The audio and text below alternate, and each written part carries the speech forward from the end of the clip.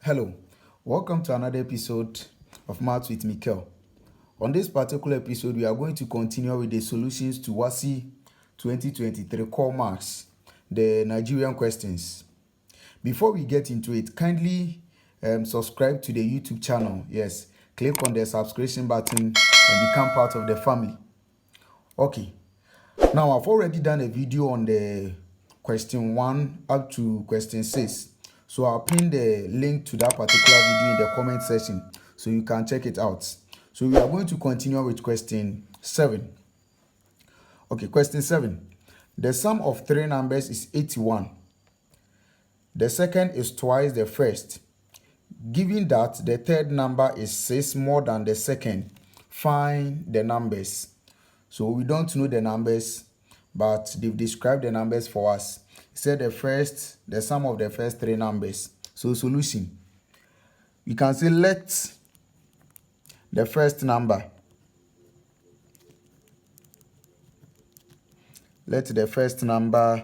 be equal to x. Second number to be equal to y, and the third number to be equal to z. So these are the three numbers we don't know. They said the sum of these three numbers is 81. So I can say that x plus y plus z is equal to 81. Okay. Now, we have another expression for the third number. It says that given that the third number is 6 more than the second number, so let's make the third number the subject here, which is the z. So you can say that z, which is the third number, is 81 minus x minus y. Okay, so we should put this equation aside. There's another statement. The second number is twice the first number. The second number is twice the first number. So second number is equal to twice of the first number. So second number here is y, and it's equal to twice of the first number. So y is equal to 2x. Let's make this equation 1. The third number, given that the third number is 6 more than the second number. The third number is 6 more than the second number. So another equation for the third number. The third number is 6 more than the second number. So 6 plus second number. Okay. So this is the same as third number here is equal to. So let me push this thing. Yes. So third number is equal to 6 plus x. So it's 6 plus y. The second number is y, so 6 plus y. Okay. Now we have two expressions for the third number.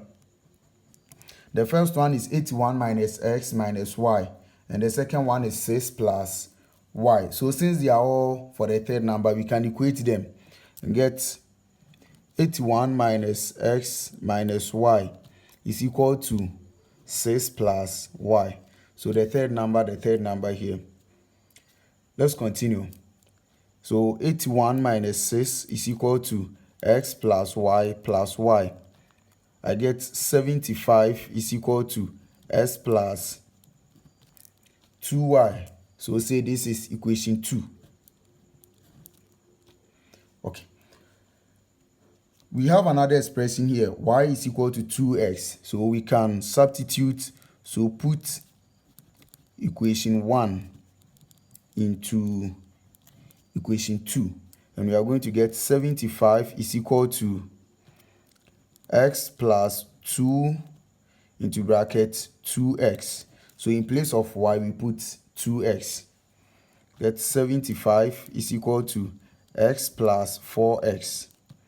75 is equal to 5x. And we get our first number, x, to be equal to 15. Now if we have our first number, If we substitute it into the equation 1, we will get our second number. So if y is equal to 2x, y is equal to 2 into bracket 15, and y will be equal to 30. We have x, y, we can find the third number, which is z. And we know z is equal to 81 minus x minus y. So you get z to be equal to 81 minus 15 minus 30. And z here will be equal to 36. So first number is 15, the second is 30, and the third number is 36. If we add everything, we should get 81. So this answers the A part of the question. Now the B says that given the point P 3, 5 and Q minus 5, 7 on the Cartesian plane such that R, X, Y is the midpoint of PQ. Find the equation of the line that passes through R and perpendicular to PQ. Okay. Now we know that R, which is XY, is the midpoint of PQ. R is the midpoint of PQ. So R is equal to midpoint. Midpoint of PQ. So R here is equal to x1 plus x2 over 2, y1 plus y2 over 2. So let me put this here. P is 3, 5. Q is minus 5, 7. So S1, Y1, S2, Y2. So let's perform the substitution. R will be equal to x1 get 3 minus 5 over 2, 5 plus 7 over 2. And R is going to give us minus 1 and 6. Okay. Now from there, we want to find the equation of the line that passes through R. So we want equation of the line that passes through R and is perpendicular to PQ. Before we can find the equation, we have to get gradient. So gradient of PQ. So gradient of PQ.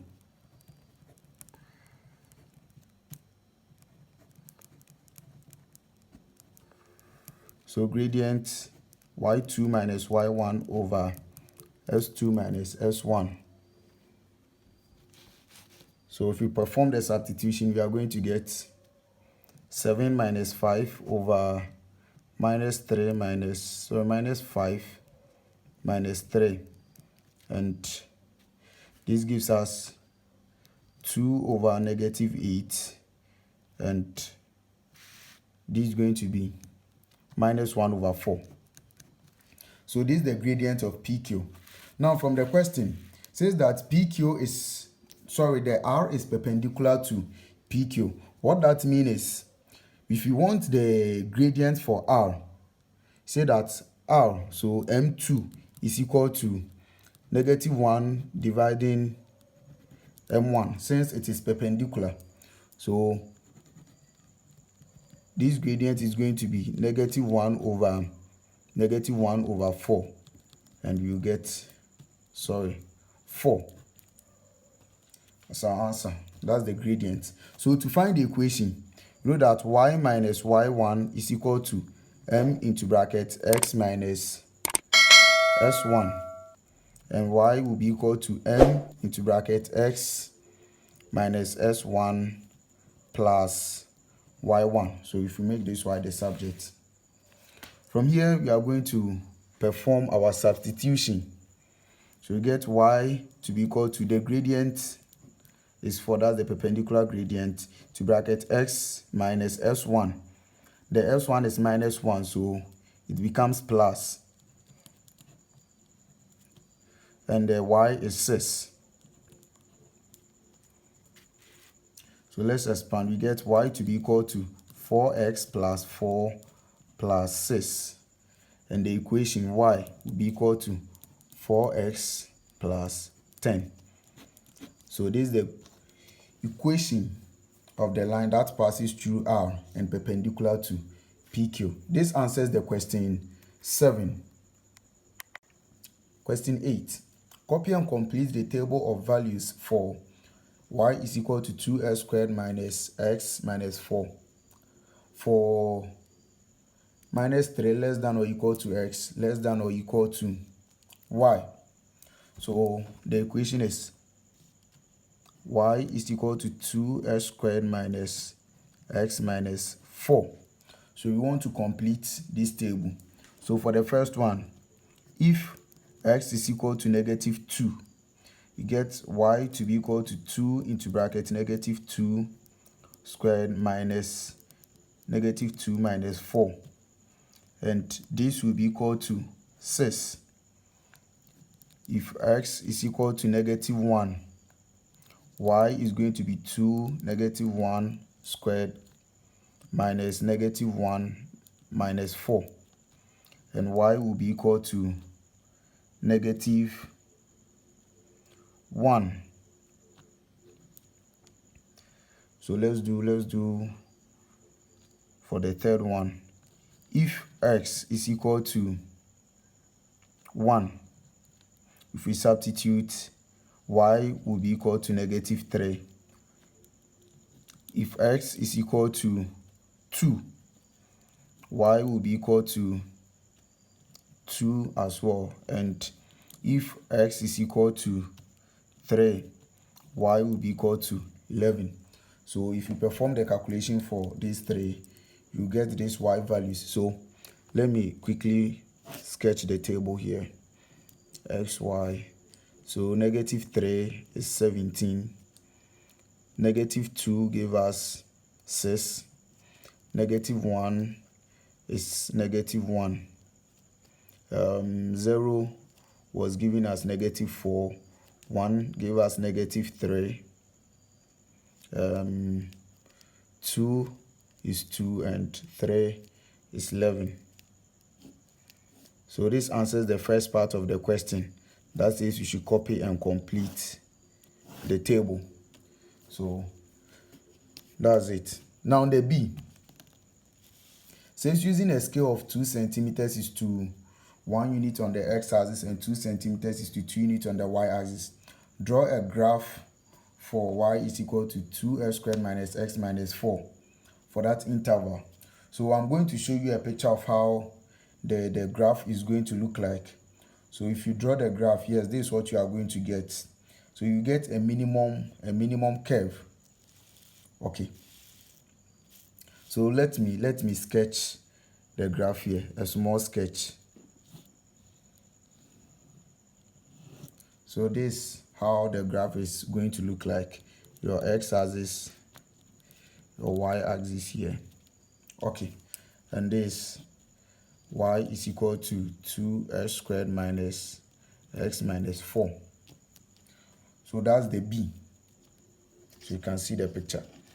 The C, we are asked that we should use the graph to find I, the root of the equation. So let me show you the picture again.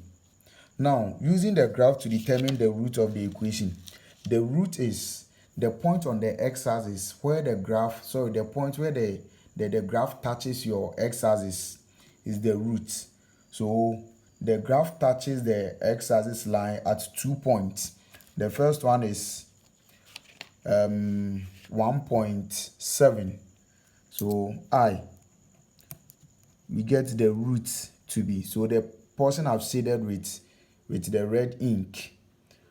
One is we have x is equal to 1.7, and the second one, x is equal to negative 1.2. So say this is x1, this is x2. So these are the roots of the quadratic equation.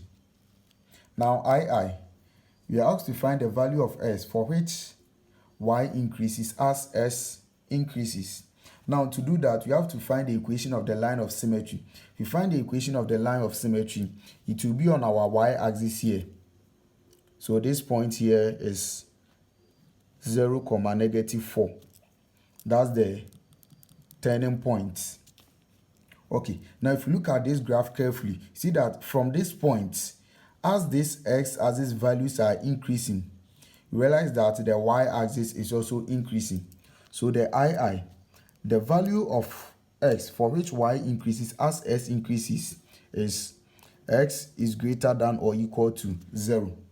So all x-axis values that are greater than or equal to 0 will make the y-axis also increase.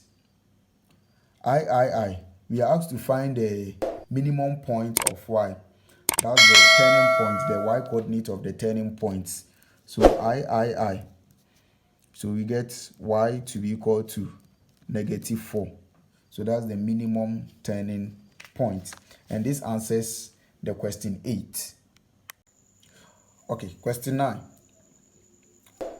The table below shows the height of fig trees harvested by a farmer. A. We are asked to calculate the median height. Okay, so the median height, we have to first get the total frequency. So total frequency.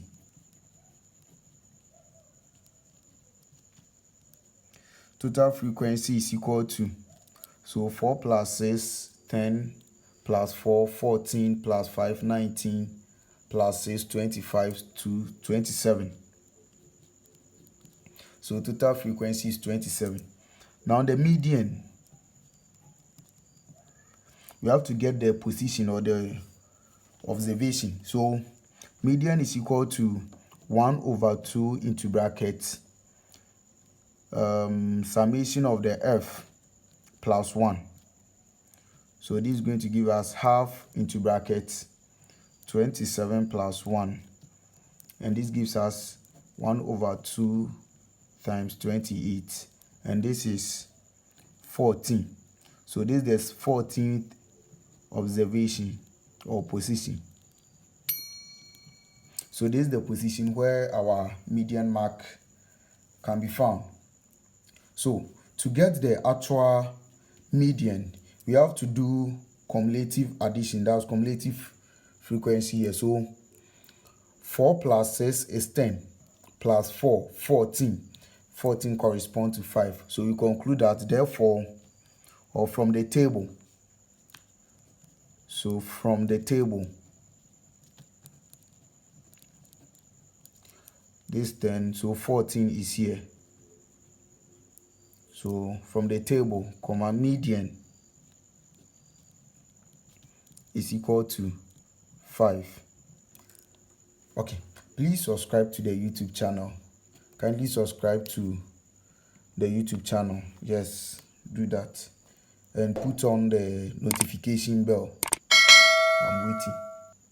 Put on the notification bell. When you see the like button there, yes, just click on it for me. Okay, the B. We are asked to calculate the mean. That's the mean. Standard deviation. So to find the mean, you have to get things which are not included in the table. So let's draw a table. So height. The height was given in the question.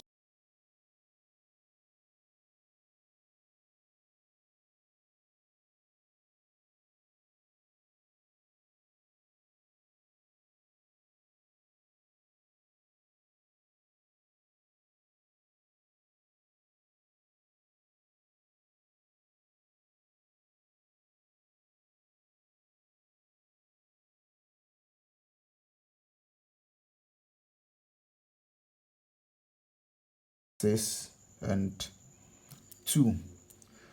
We will need f of x. So the height, which is s times the frequency. So this will be 12. This will be 24. This will be 20. Sorry.